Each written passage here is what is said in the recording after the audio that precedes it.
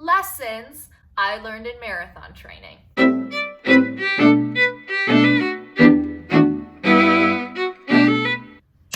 Welcome to another video. Today, it is Sunday, April 30th, which means I am 1 week out from my very first marathon.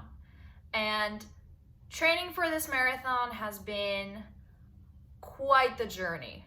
It's been a long process. I've been training since January. I've been documenting it here on Instagram, and it's been so amazing and incredibly eye-opening.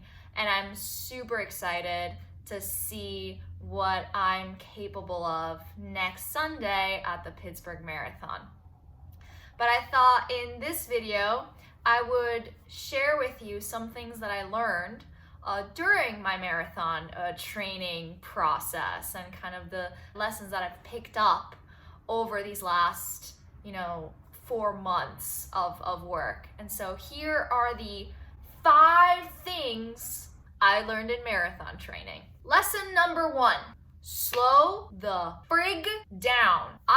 As every single person has heard, and every single soul has told you this by now, slowing down is so important to build aerobic capacity and speed. I used to be that person who would just run out and run until my heart exploded and then get really frustrated when I couldn't get any faster. And I'd actually get frustrated if my heart rate didn't go up a certain amount, or my speed was slow for my standards. And throughout, running with the running group and just building that aerobic capacity, I realized that thought process, although logical in, if you want to run at a fast pace, you need to practice at a fast pace, is extremely counterintuitive. And so slowing down and enjoying, going at an aerobic, easy pace where I can keep a conversation, my heart rate stays pretty constant, has really been the key for me to be able to improve in not just the duration of time that I can run for, but the speeds at which I can run. I can run so much faster than I ever could before. And it's truly been amazing.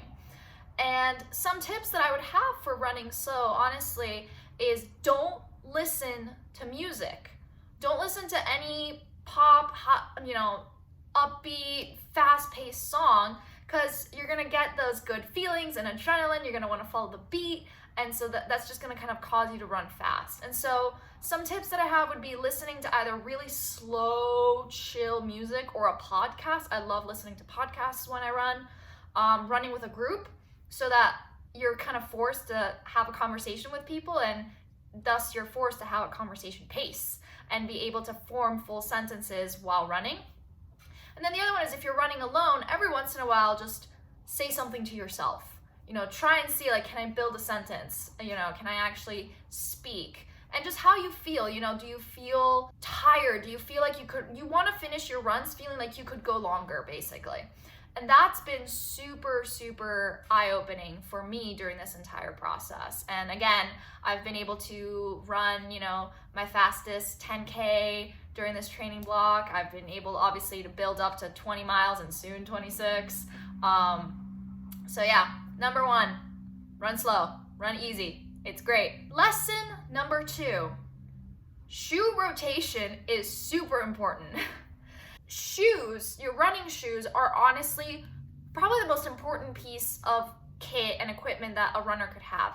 Because if you don't have good running shoes, you're just putting yourself at risk of pains, injuries, things that no one wants. And rotating shoes, at first I was like, I don't need them, that's just too expensive. And then I realized that physical therapy and, possibly years of that and other x-rays and MRIs and medical appointments is probably more expensive than just buying a second freaking pair of shoes. Yeah. Rotating your shoes allows the shoe to rest itself, so it keeps its springiness, allows you to then extend the shoes for a lot longer. Each one will have its own purpose, like for easy runs and long runs, and it'll just allows you to maintain that good support when you run. And ensuring that you're rotating and changing your shoes every, there's no real set like time frame. Every shoe is different, every runner is different, so their shoes will last different. I would just say, like, when you reach the 300-mile mark, if you're able to just track that, start seeing how you feel, start seeing how the shoe feels, and potentially start thinking about buying a new pair. And if not, just focus a lot on how your shins and ankles feel. That's really where I personally find that the minute the shoes get very old and very used, that's where I feel it the most. It's like my ankles feel tight, my shins feel tight, etc. So shoe rotation, very important. Lesson number 3 kind of goes against lesson 2, but just hear me out. You really don't need that much equipment. like I see a lot of videos that go in so much detail on the running vest, running water bottle, running, heart rate monitor, specific super fancy headphones, and other kit. It's a lot. It's so much. And a lot of the times, not necessary. All you really need, in my personal opinion, is good running shoes. Like, definitely get good running shoes.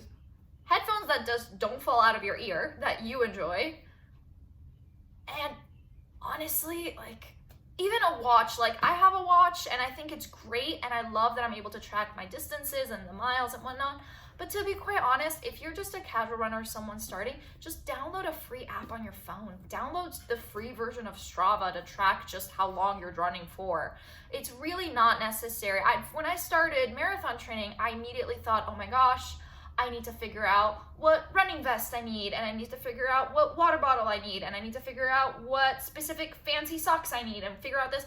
And those can help, and I'm not saying that all of it is excessive, obviously getting a good pair of socks that just don't break constantly. I've put a lot of holes in my socks just because they're not good quality or they'll cause blisters. And so it's understanding that those things help, but they're not necessary. You don't need a fancy watch to run. You don't need fancy running glasses. You need to just find what makes you feel good, makes you not get blisters, and just allows you to move in a pain-free way, basically. And so I would say, if you needed to splurge and really figure out what kit you need, I would honestly find a good just way to hold stuff. So it could be a really easy belt, or just a jacket with pockets to just bring your keys and phone, really, and credit card if you want to stop at a donut shop afterwards. I know I do. Good running shoes, definitely purchase good running shoes. And then the rest is really what headphones do you like running in, what clothes do you like? All my clothing is my running clothes. I've had it since I was 14 and I started running, and that's just because they're good. I have leggings that just don't ride down. Are they running leggings? Are they Nike leggings?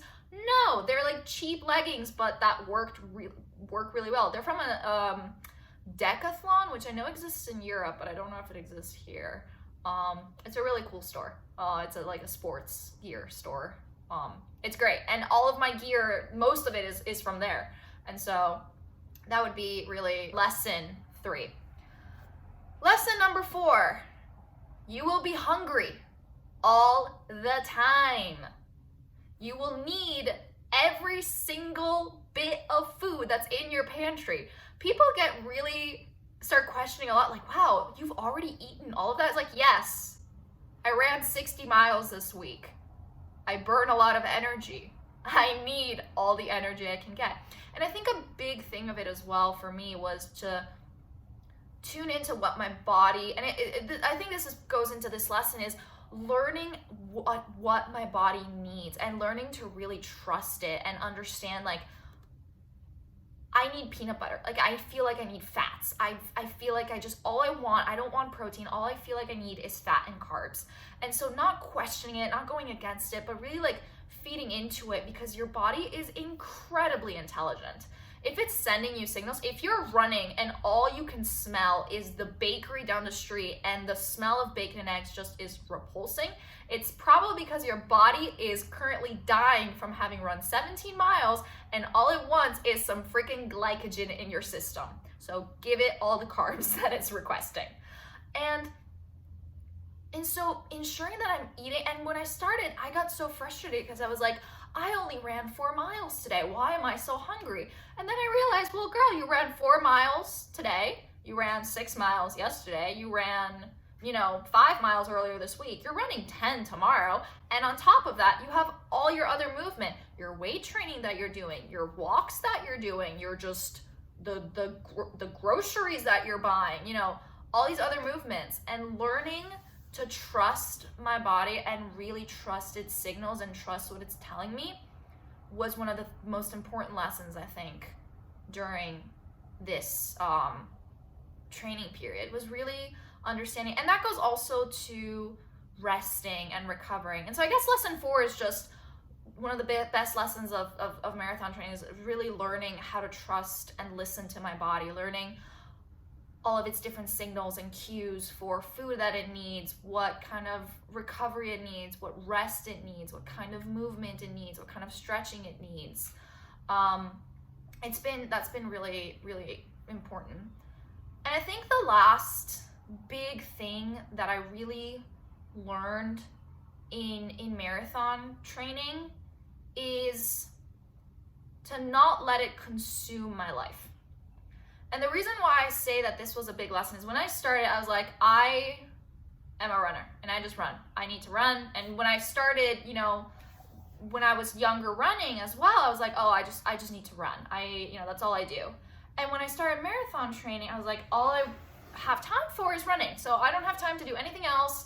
My entire schedule is around all of my runs, and living alone in my own apartment, I can be selfish with my time, and I can tell myself, yeah, I can go run 20 miles on a Saturday morning because I have no one else to respond to and nothing else to do in my life.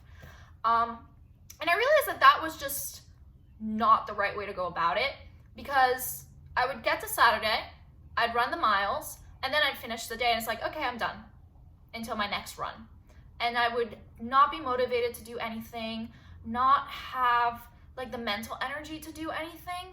And so learning to fit marathon training around other aspects of my life and learning how to make that add to my life instead of being the sole focus was really, really, really important. And that's really been a lesson that I learned later in this training cycle, when I started going to yoga and bouldering, and when I started to realize, I had some people visit me, and I realized wow, if I want to spend time with them, I can't fit them around running. That's just not right. That's not how I'm going to do this. And so learning of okay, running is something that will just add to my life. It's not going to be consuming or controlling.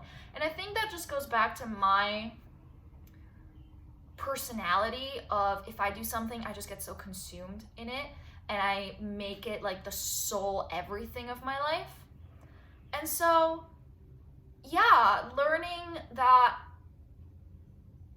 running is supposed to add to my life regardless of the goal that I'm reaching. Obviously I care for my goals and I want to achieve them, but I want to make sure that I'm not consumed by it. I am dedicated, but not consumed. And that was a big, big lesson that I genuinely appreciate. And so, quickly summarizing, the 5 lessons that I really learned is to enjoy running slow. Run easy, run at a pace that you can keep conversations. And you'd be surprised at how much you're able to talk to people, how much you're able to see, how much you're able to learn, both about your surrounding area and of yourself, and see how you feel. Good shoes and shoe rotation was something massive that's been super important to ensure that my shins don't flare up again. I've always had shin and ankle issues, and so the fact that I've had no shin pain during this entire training block has been massive. You don't need a lot of equipment. You just need the basics, which I think shoes are basics, and then other than that, just figuring out slowly. But there's no need to buy and have all this super fancy kit equipment or anything. And really running in what feels comfortable and not super expensive, high-tech, fancy, super important. Learning how to trust my body and how to really listen to all of its cues, learning how to fuel myself, learning how to rest, how to appreciate it, how to love it, again, has been so amazing. And my last point, that marathon training is supposed to add to my life and not control it and consume it. And so those are really some of the things that I've learned from marathon training over the last 16 weeks, things that I'm going to be bringing into my life, things that I'm going to be continuing on.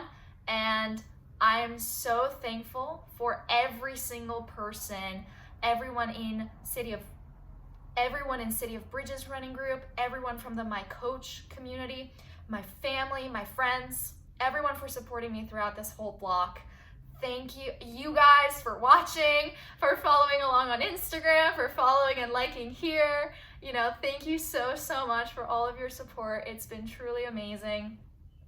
And I'm excited in 1 week to become officially a marathoner and to continue this wild running, weightlifting journey. And so thank you for watching. And if you like this video, hit the thumbs up, subscribe to the channel, and if you want to see how I do next week in Pittsburgh, at the Pittsburgh Marathon, go follow me on Instagram because I'll be sharing a lot of information there. But thank you for watching, and I will catch you in next week's video. Bye!